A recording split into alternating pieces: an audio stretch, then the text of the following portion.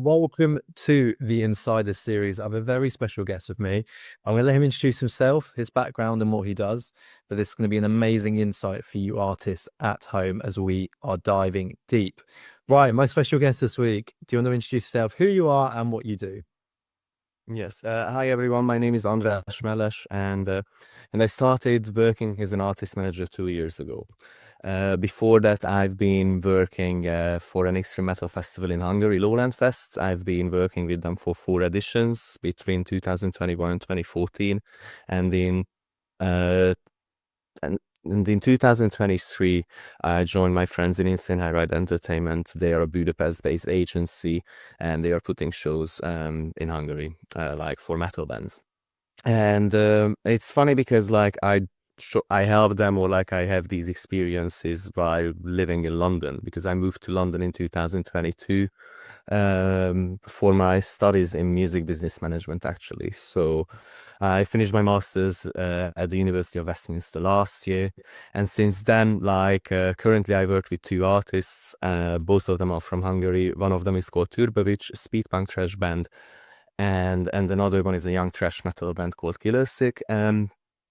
And basically, I would say it's very important to note at the very beginning, right, that when I started working with them, it's like it's a bit of a special or like an odd one out when it comes to like manager relationships, because it's like there is also like the friendship element, and also the fact that I finished the masters. I'm interested in like to take on this role and to help them, and it's pretty much like growing together. And in many cases, and I think what most of your questions will be about is like how it is to really work with a manager. And like I learned a few things over the past 2 years while trying to grow into this role, and it's still evolving. But yeah, I think I will be able to help a lot with like certain aspects, and also like why I decided to work with them in the first place, because if you, as I said, there is also the friendship element in here. So it's not, I'm motivated to work with them or to do these things, not because of like any financial or career aspects or whatever. It's because I want to make these things happen, and I see the vision and the creativity. However, in most cases, and if you want to work, and also like in the long run, I'm really sure that I won't be able to do this for any bands or like all the bands I work with. Like for now, it makes sense, but like when you work with managers, you have to set boundaries. And I just wanted to drop it in here, and I think maybe it would be a bit better if we carry on with the questions. But I definitely wanted to start off with this one, that there are some there can be like different situations and different motivations, because it's the music industry, and also some stuff might differ for like specific genres or like target audiences as well. So let's crack on. Incredible. No, it's really interesting to hear, because a lot of these artists, from navigating the complexities of the music business, empowering artists to take control of their own careers. Andreas, you're at the forefront of that industry, and whether you're an emerging artist or a seasoned pro, I think this conversation is really going to get to the truth and the tactics. So I'll start off, and then we'll pass over to everyone else like normal. What's one thing most artists misunderstand about the role of a manager? Yeah, that's the thing, like the role of the manager. And I think if you ask either the artists and also managers themselves, like they would give you a different answer, because at the end of the day, it really depends like what kind of a working relationship you establish with your artist. Because some managers do like everything. They arrange the music videos, interviews, they book the shows, do this, do that everywhere. They build the whole team, they think of strategies, whatever.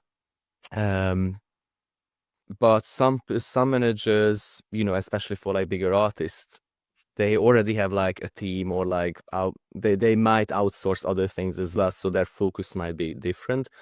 But overall, what a manager can do for an artist is like representing them within the industry, and giving them different opportunities, whether it may be live or like help them land these opportunities, whether it is live or releasing an album, creating a strategy, promoting your music, so on and so forth. So it's all these kind of things.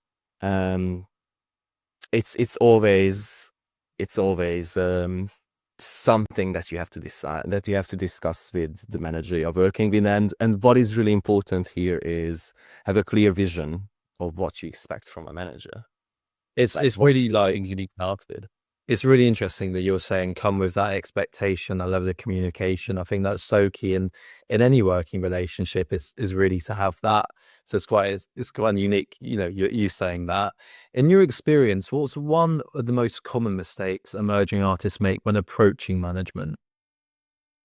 It's more like this lack of understanding of or lack of vision. Let's say an example, the band feels stuck, they want to play more live shows, and they feel like that the only way of doing this is by getting a manager or getting an agent. But maybe that's the thing, they don't even know that what they would really need is a booking agent, not a manager, right? So having this clarity, like, because when you want to have a manager or like basically anyone else, it's if you understand your band as a business, which I think is very difficult to understand, but the better artists start to understand it as a business. Yeah, the earlier you start to understand it as a business, the better, right? So your band is your business to an extent, right? You already have some other people involved, the other band members, right? And for now, it's not just writing the music. You have to do the promotion. You have to post on social media. You have to reply to the emails and send them out in the first place as well. You have to be engaging, like going to the local shows, be a part of the scene, support other artists. You are like, you have to be there, right? But then once it starts picking up, because first you play in front of your friends, like 10 people, but then it picks up. A few months later, you have more fans, or like maybe you get a viral video and you realize that, okay, you have some momentum, you grow, few years pass, you've done many things. You booked your own shows, you reached out, you released an album on your own, and you realize that, okay, I also have a full-time job, or like I work part-time, or I'm studying, or I have children, whatever. And you realize you can't do everything because you only have 24 hours a day. So in that you need to think like, who am I inviting to join the team? So basically that's what is very important to think about when you are deciding on whether to get a manager or not, because it's like technically getting a manager is getting another person involved in everything that's related to the band. And also most likely you would want to get a manager involved because now also the financial responsibilities within the band are like a bit different, or they have to be handled more properly. Green has a question, if I see it well. I do, if I may. Are you answering? Yeah, but I'm just yapping, but So, you're right. A lot of the days nowadays, it is all up to the artist to do 80% of the work, etc. And it's a sad reality, but we just have to accept it. Gone are the days where someone says, "Hey, kid, I'll make you a star." So, so what the manager nowadays, as you're right, most people are confusing manager with booking agents. And I find that what a manager should do, and it's hard to find these kinds because it's hard to search that, is that a manager bridges the gap between talent and corporate in our eyes, because it's not what you know, it's who you know. So it's all connections, because a lot of times even just booking agents will come up against walls where they're like, well, these gigs are only available to X and Y, and you're not in the circle, etc. Certain people don't even answer their phone if they don't know the number. So it's like trying to get into certain circles is kind of where managers are, or in our opinion, or in my opinion, as like that's what they can offer, that's what they should offer. and that yeah, sorry, carry on, finish it. Sorry, because that's what artists desperately need. Because yes, you can figure out how to phone a venue and figure out how they book bands, and you can stormroll that, etc. And you can get to a certain level, but then there is that next click over that managers help bridge, like, and take you to the next level. Mm-hmm. But that's my expectation of managers. But my question is, where do you find those? Yes, very good question. And also, first of all, thank you very much for sharing this, because you really hit it on the spot. Like, that's one of the things that people can help with. But what I haven't had the chance yet to get to is that you decide to extend the team, right? But that's the thing. You know that you want to delegate certain tasks to someone else. And as you said as well, Graham, that you know, for example, that you want to get certain links, or you have certain expectations from a manager, like maybe lend you a sponsorship or like help you with a grant application because you are planning a tour or something. And then their expertise and their connections will be valuable for you, and it is something that they might pick on.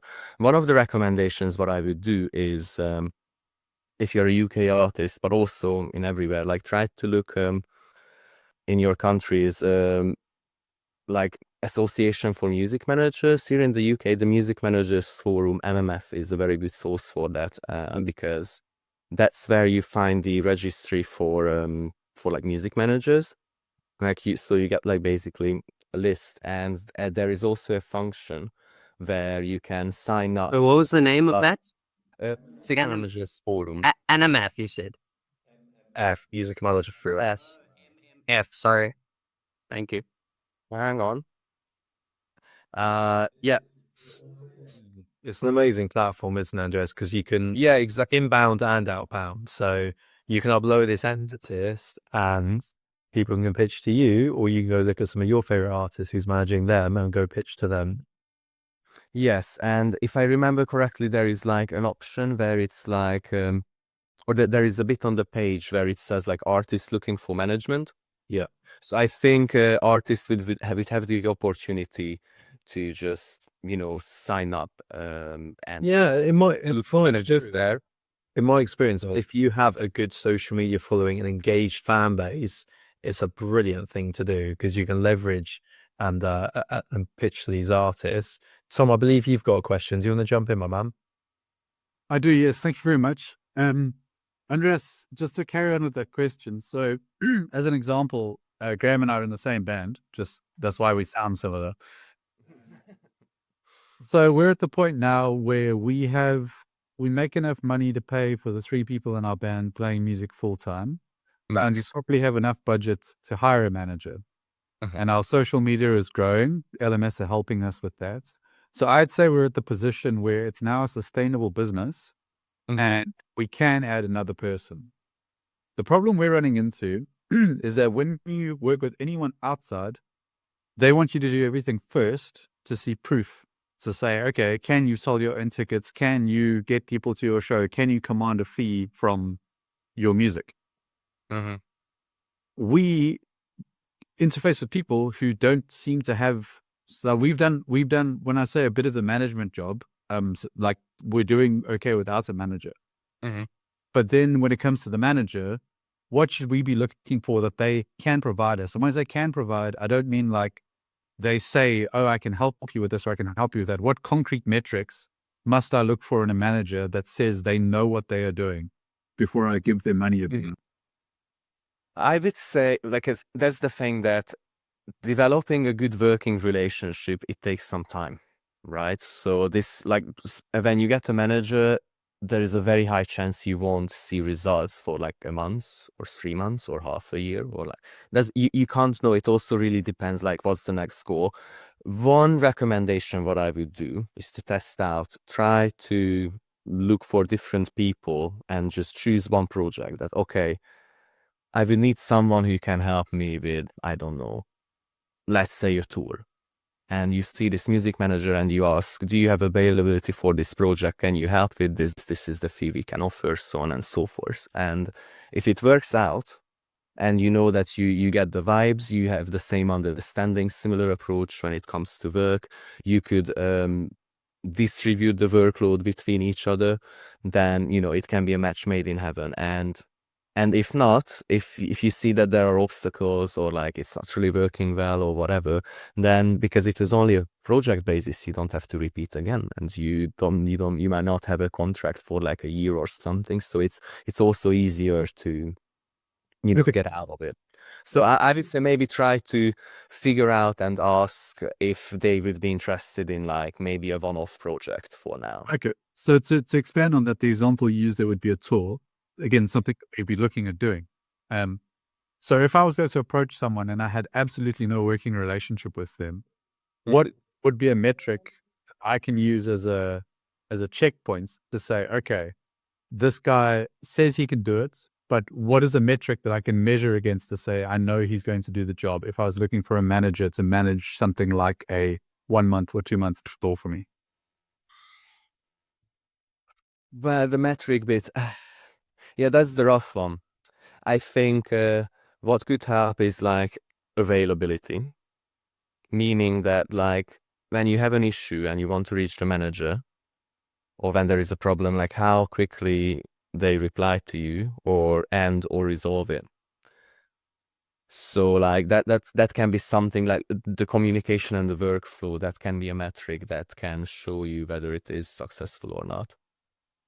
I would also look at some like undeniable evidence. Like if a manager has a roster and Andreas has artists you can go and see and talk to, you've got, that's undeniable. It's there, it's physical what they've achieved for them. So in terms of like a key metric that you're looking for in a manager, and every manager is different. Like it used to be just a 20% cut. Managers take a 20% cut. Now that deal looks vastly different. You have people that do subscriptions or take XML. Like it completely varies now in the industry. So I feel like it's being open-minded. But I always say to us, your head will tell you one thing, your heart will tell you one thing, your gut will never lie to you. Always trust the gut feeling when you're having these initial conversations. And then, like Andrew says, that relationship builds over time. It's not going to be like, very rare do I see it just fall into place straight away. That does take time to develop. And there are also hiccups. Like even if you have a perfect working relationship, there could be a thing where both the band and the manager have been overwhelmed, things are miscommunicated, and it could have been a big problem, but it was not. Like hiccups happen, and then also like how you overcome it. And yeah, as Josh said, that there are many different the financial aspect can be different. It's not just the 20%, but there are like so many different ways you can do it. There are also many agencies who help with like management services, but that's the thing. For some artists, that works out that they sign up for this agency, pay a monthly fee, and then they might be lucky. It also depends. Yeah, it just really depends on like so many outside factors that is very difficult to determine. But it's a nasty question, because as you said as well, like you are at the point where you are making enough money as a band to like afford another team member, and you see certain obstacles that you need help with. But then when you look for like these people who you want to work with, they also want proof from you, like how many people can you fill in certain cities, like what's your monthly listeners thing, how was the latest release, so on and so forth. And they check your page or check your designs, like How long's a piece of string? it's the worst bit where you feel like that I would want to expand the team, but there is still like a few more to go, because it's not really there. Like that's the most difficult position, but Yeah. I'm not sure. it's just carrying on. Like I think you have very good foundations. So or at least based on what you said just now, like how it's really working, I have a feeling you have a good understanding and approach. So hopefully you will find Well, someone. the thing is, with music at the moment, everything seems very vague. It seems like, there's no right answer. But like, let's say we had 100 Instagram followers and we had 100 listeners month on Spotify, there's a very good possibility that no one would look at us, because these days people don't even listen to your music before they choose to work with you. They look at your numbers and everything you're doing. And I'm not saying you're wrong, but you didn't say one thing there about they're going to listen to your music and decide if you're good or not. You said they're going to see how many people you can fill in this city, see what your listeners are. So at some point it is quantifiable in numbers. And it seems like with music these days, no one ever talks about the music anymore. It's all about... And that's the saddest bit, and you are very right, and it's super stupid, because when I was booking shows, I did experience it, that, to be fair, these metrics, that's the problem. They don't make any sense whatsoever, because there can be a band who has, like, I don't know, not even 10,000 monthly Spotify listeners, but easily have to, but if you want to book them, you usually have to pay like thousands of euros, because they have that draw live. And that information is not available online, like how many tickets they sell, or like how it's really working in like certain countries.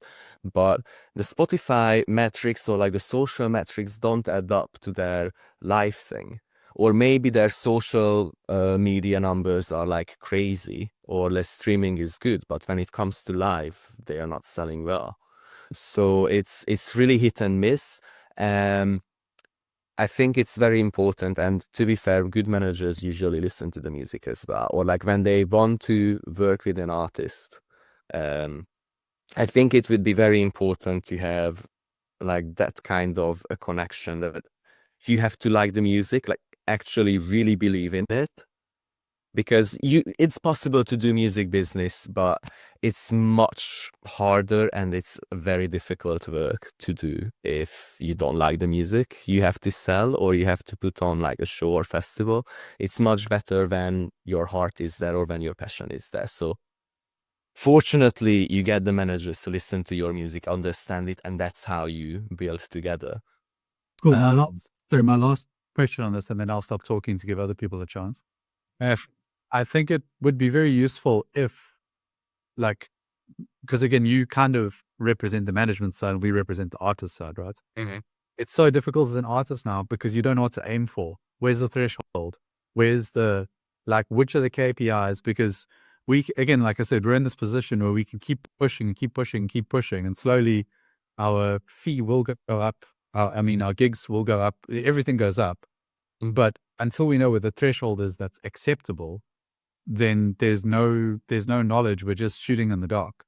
And I mean, already as musicians, we spend more time than we should making content, like basically not playing music.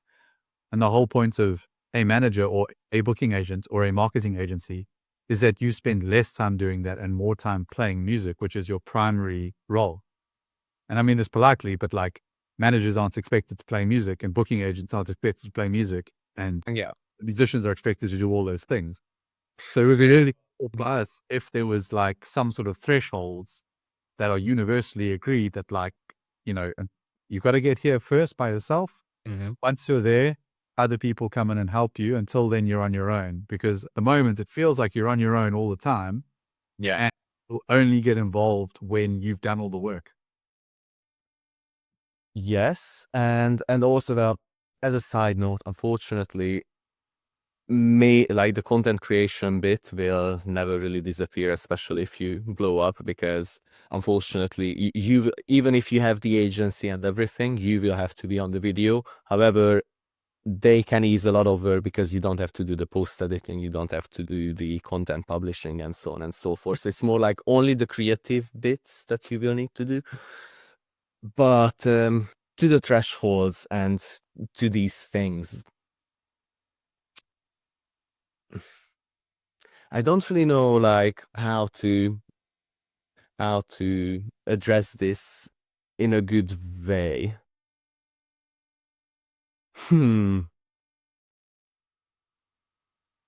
Apologies, I'm trying to get my thoughts together for it, because we live in a world now where it's an attention economy, and I feel like that the issue for an artist, in my opinion, your biggest asset's your music. It always will be, and don't let anyone else say that any different. Mm-hmm. But a manager, it's like a promoter. It's like any other role where it's a business and they need those metrics to know that they're gonna get their reward for it, their return on investment. And you're absolutely right. And it is a bit messed up how this industry works. It used to be done on pure talent and it's not now. But I feel like it's really key that if the music is good enough, you're going to then build a fan base, especially with help like LMS UK, to do that.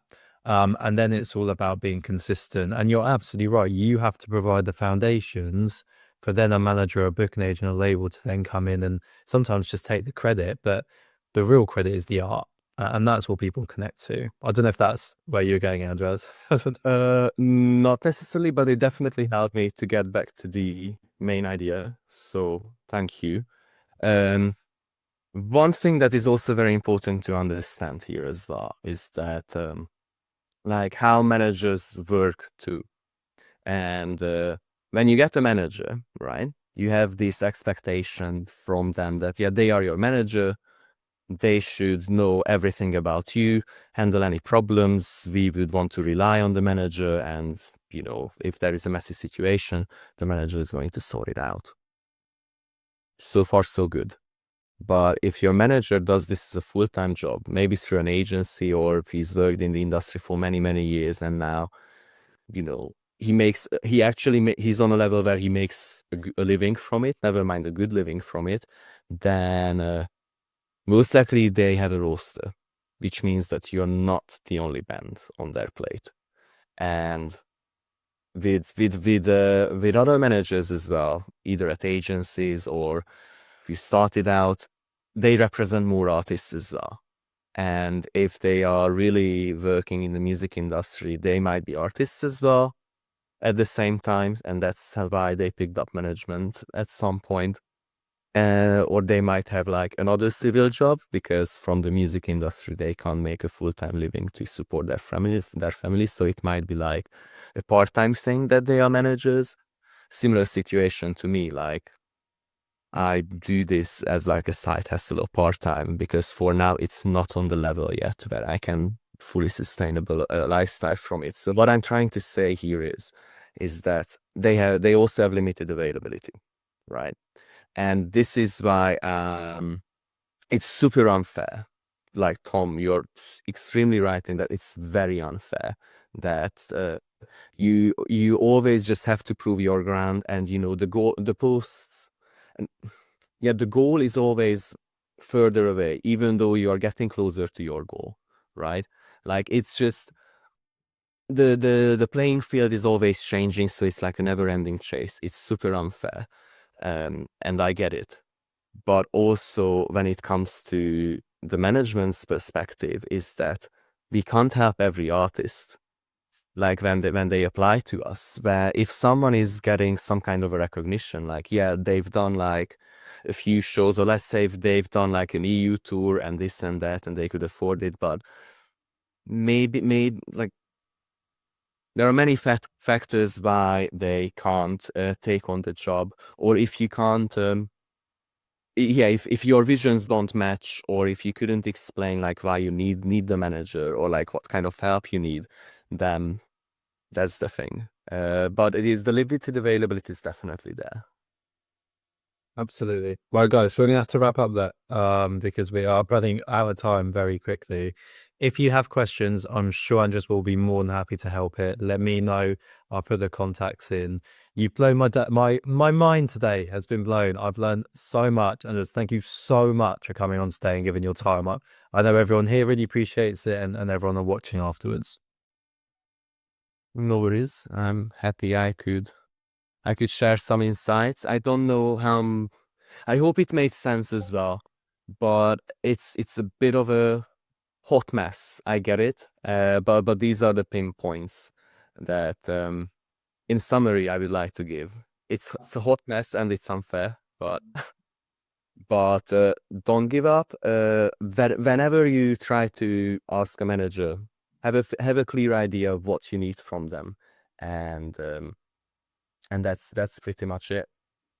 Amazing. Guys, can we say a massive thank you for giving up your time and giving us your knowledge? I've definitely learned a lot, and I hope everyone else has. So just thank you so much. And everyone, have a wonderful wonderful evening. And as always in the community, any questions you have, let me know.